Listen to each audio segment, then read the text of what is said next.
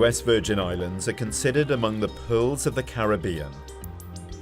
The stunning scenery a magnet for tourists from around the world. But beyond the white sand beaches and the turquoise waters, all is not well. The islands still haven't fully recovered from the two powerful hurricanes which tore through here in September 2017. And many of the islanders believe their plight has been ignored by the outside world. Is this America's forgotten paradise?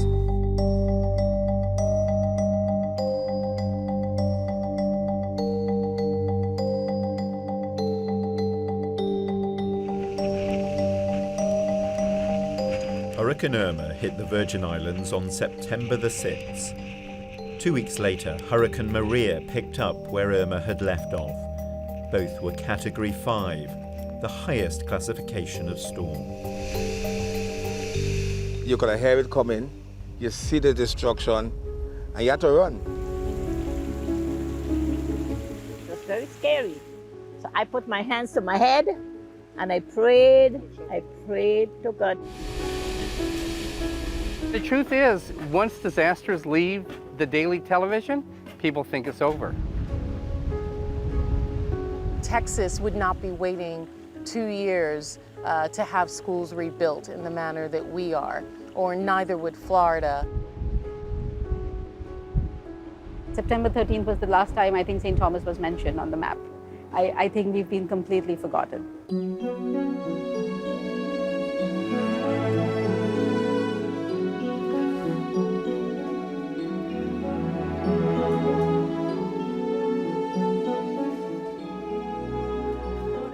Hilda Daniel and her granddaughter Imani rode out both hurricanes in a specially built shelter next to Hilda's home. These we can take apart. One went that way, one stayed here, and the cot came this way, and if you have to, just to sit on or throughout the storm. So you stayed here right through the storm, night and day? Yeah, and we had a dog with us. So you just stay put.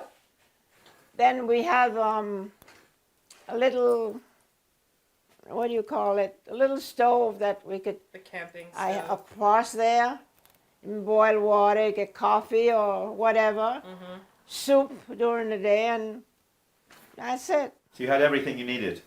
Exactly. It gets Blankets, pillows, everything. Yeah, it was kind of like camping, you know, but it gets really hot in here. There's no air coming in and out.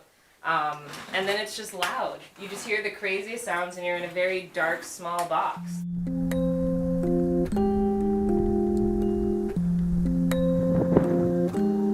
Most people didn't have a shelter to go to. They just had to sit tight as the hurricanes battered their homes. In here is my bedroom. I'm living light because there's my bucket to catch my water when it rains. All this time later, Lavreen Reed is still waiting for a repair team to get to her. When it rains constantly, it leaks in my bedroom. It drips up other parts of the house, but my room basically runs. Otherwise than that, it's okay. How stressful is that? I try not to stress. I just take it one day at a time and say one day. But they say free. Free, free, free, free. I am learning the patience of free. If I had my own money, I'd have fixed it myself. But as a retiree, financially, no.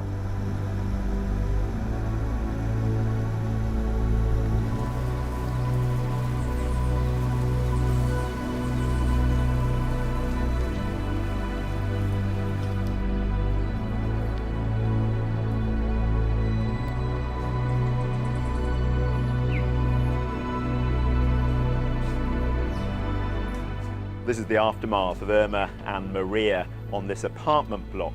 These residences really didn't stand a chance, and the people living in them just had to get out. There wasn't much time to salvage anything. You can see there are still clothes strewn around here.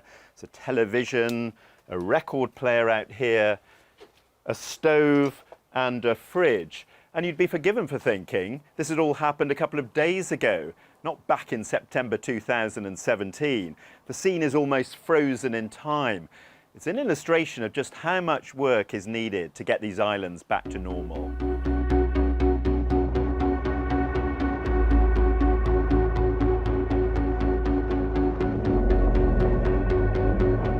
My name is Jay Rollins. I'm the Executive Director of the St. Croix Long-Term Recovery Group. We are focused on hurricane recovery efforts in St. Croix in the U.S. Virgin Islands. We are seeing a very slow recovery from this storm.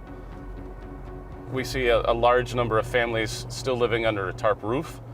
The tarps are designed to last for 6 months, not 18 months. There's a lot of stress, fear, and anxiety among the residents. We live on an island, so as opposed to the mainland United States, getting supplies and volunteers and basically all the things that make a recovery a little easier stateside, we don't have the option. We may be a territory and we may be a small island, but that doesn't take away from the suffering and the distress and the impact of that hurricane. It's kind of a fight to make sure that we're still on the radar.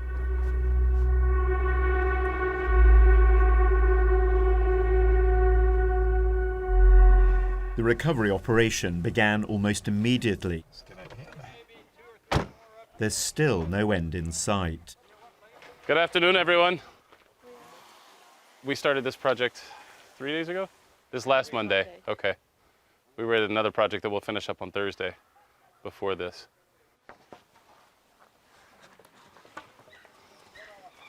Grimilda Quinones' roof was blown off in the storms. Today, at last, she's getting a new one. How's the noise level? Oh, good. Yeah, because it means progress, right? Yes, progress. Yeah, yes, you a hear, lot of progress. right? They have been You hear working the really hammer, hard. you know they're working. Yeah. Yeah. Okay.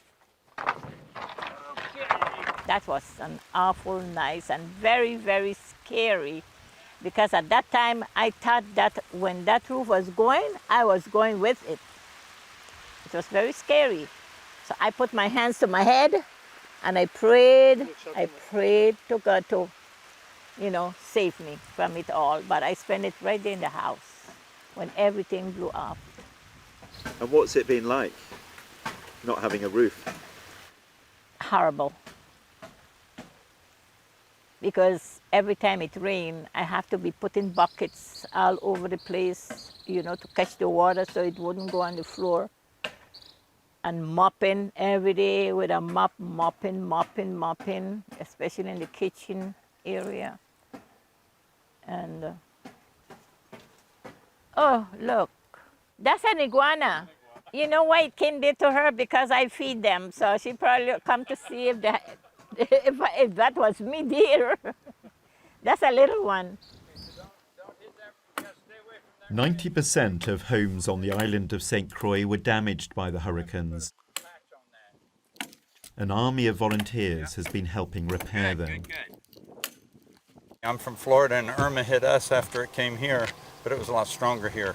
And so it took a lot of this. On this particular house, this whole back roof was removed. I mean, it was gone. So there was nothing here at all, and she had direct access raining in her house. So it's amazing the amount of power that it took, took off all the roofs.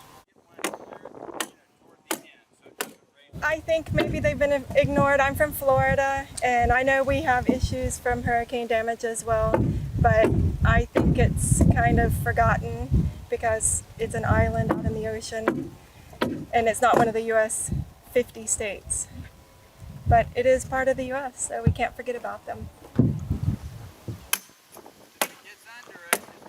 You know what I think happens is that the next disaster always pushes the previous ones out of the picture, and we're small. When the storm left us and hit Puerto Rico's so much a larger presence.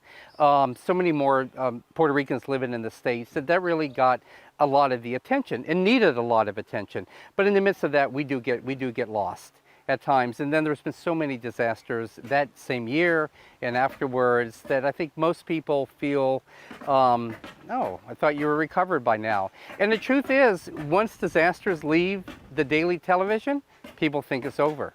It's like, well, that was so long ago. Why are you still having problems? And the reality is, it takes a while to rebuild. It takes a good long while to rebuild.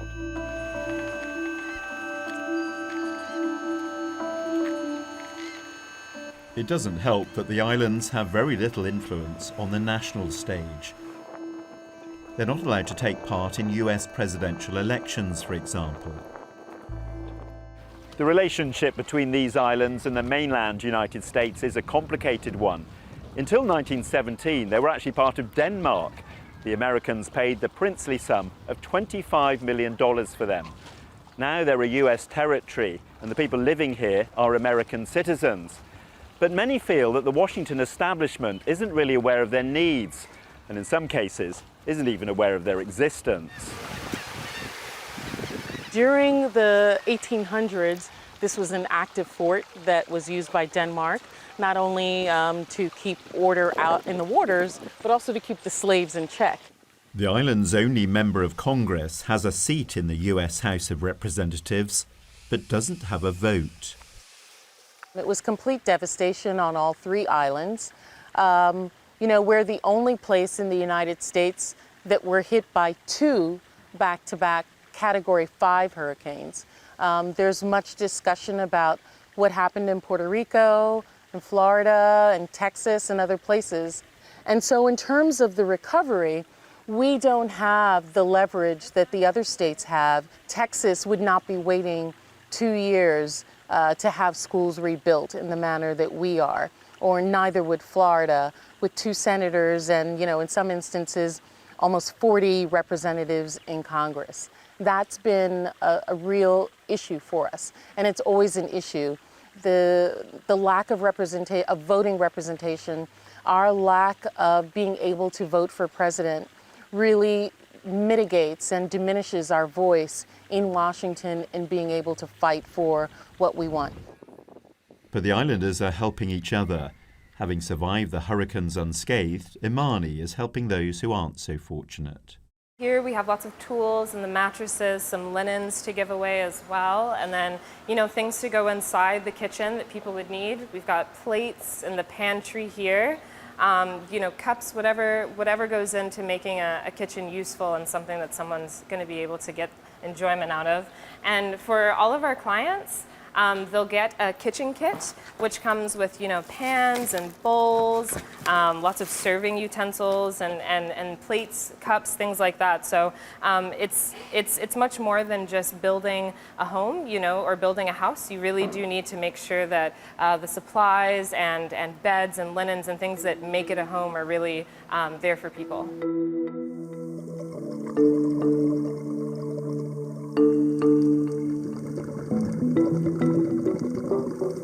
The impact of the hurricanes wasn't confined to land, but the scene underwater gives a possible clue to why they were so intense. Global warming is believed to be changing the environment here. It can be seen in the deterioration of the coral.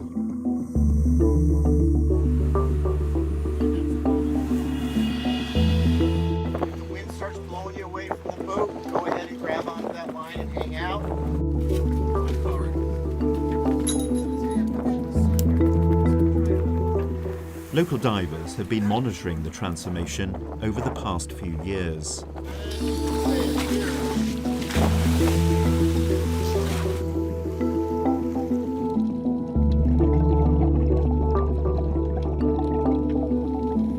After the hurricanes especially, we saw a lot of death of soft corals, which is unusual, a lot of sediment on hard corals, which also causes death, and then just basically the sediment being stirred up doesn't help either.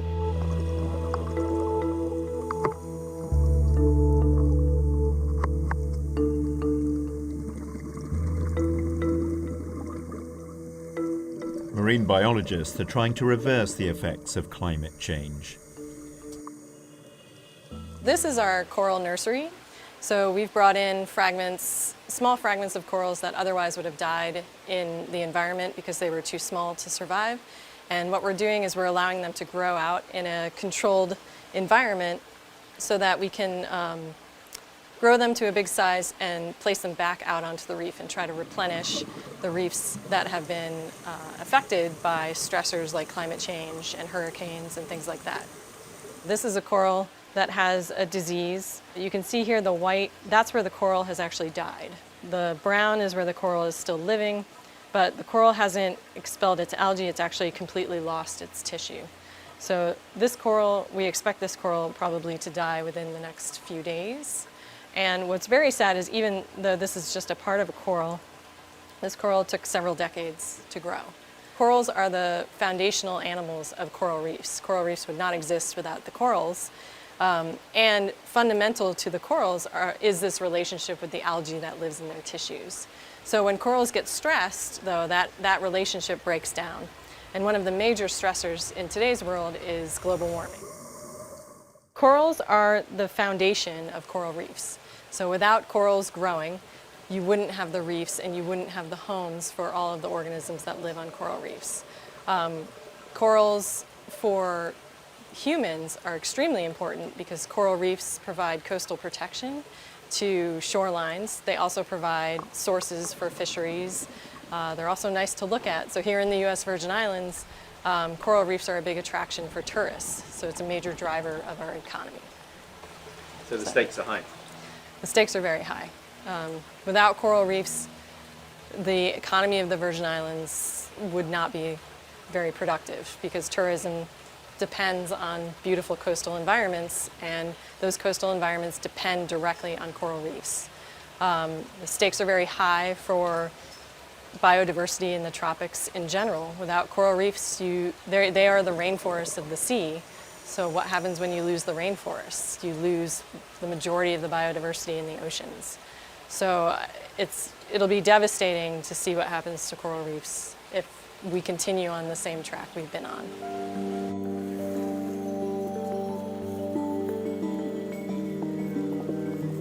I never saw the intensity of these hurricanes like we do. They are more frequent, and thankfully, many are missing us now. But when they hit now, they hit a lot harder. We live in Hurricane Alley here. We are accustomed to hurricanes. But when you have Virgin Islanders now a little nervous because we've never seen hurricanes like these before, it's telling us that something changed. The effect of the hurricane on the farm has been catastrophic. We actually have lost, we had a total destruction on the farm. Everything that you may see in place now wasn't there. And a lot of debris, fence were broken, animal shed were destroyed. The climate is changing significantly because everything that we know that we are accustomed to has actually been changed. We have to begin to treat our soil, our land differently. We got to begin to look at some of the damages that we ourselves are inflicting on our climate. This girl here, I bottle fed her when she was born. And that's my pet. There are around 500 farms on the Virgin Islands. Virtually every single one of them was affected by the hurricanes, including the one run by Frank Bermudez. I ended up burying about 14 dead animals at that time. And then I had to deal with the fencing, the flooding, the fencing. I had to work through the flood, through the rain. If climate change continues to deteriorate the way, and at the rate it's going to be, well, just about impossible to do this. Farms aren't the only businesses that are suffering.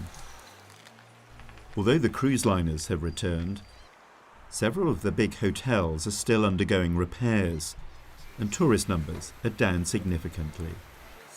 This used to be our jewelry store, which is now closed because it couldn't sustain itself after the hurricane.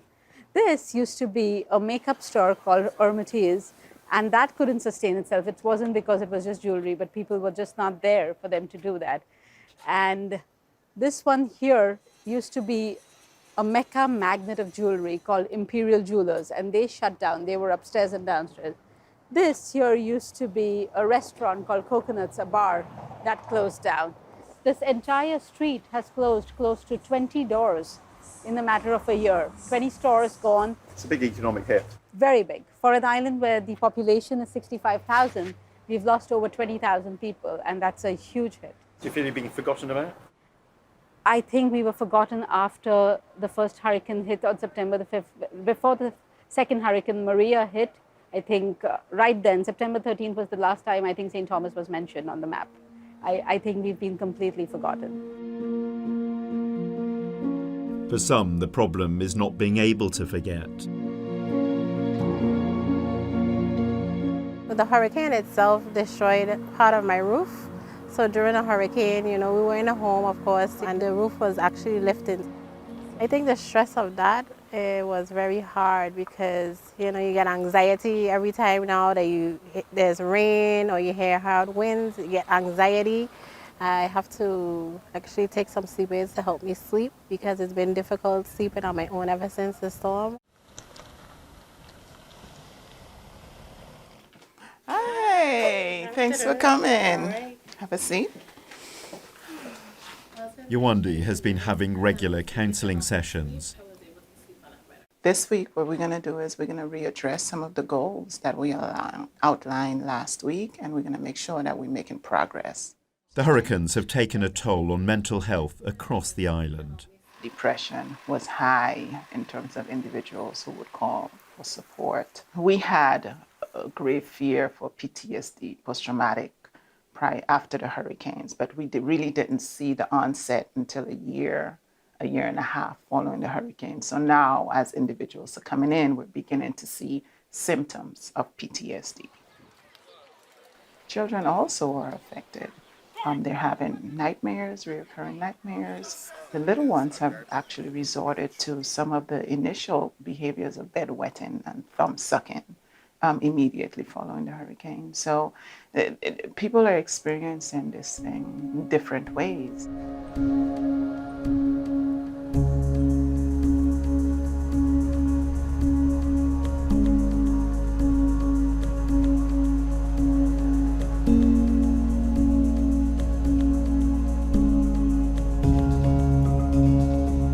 So this is from inside the bunker. Remember I had the camera out? This was definitely early on because the trees were still up. Yeah.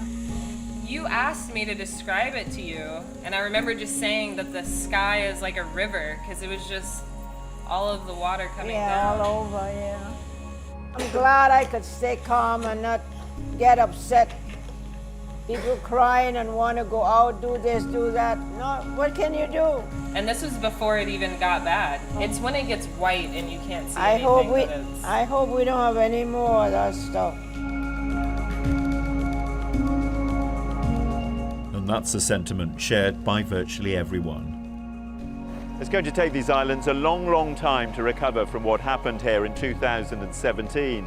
Much of the repair work is only a temporary fix. The big fear is, of course, of another hurricane. Could these islands cope? It's a question on everyone's mind.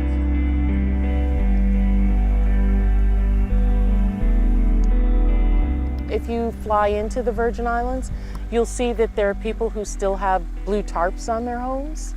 Our children are still in modular schools. Our hospitals have not been repaired.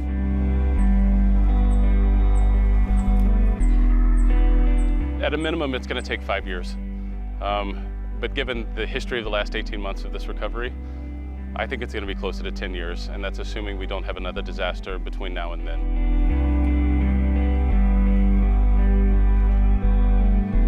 Just the thought is heartbreaking.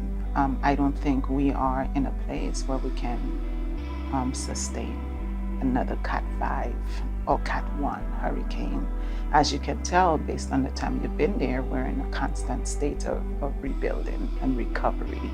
There's still a lot of people without the basic necessities. So just the thought, the mention of another hurricane here is heartbreaking. We're simply not ready for that.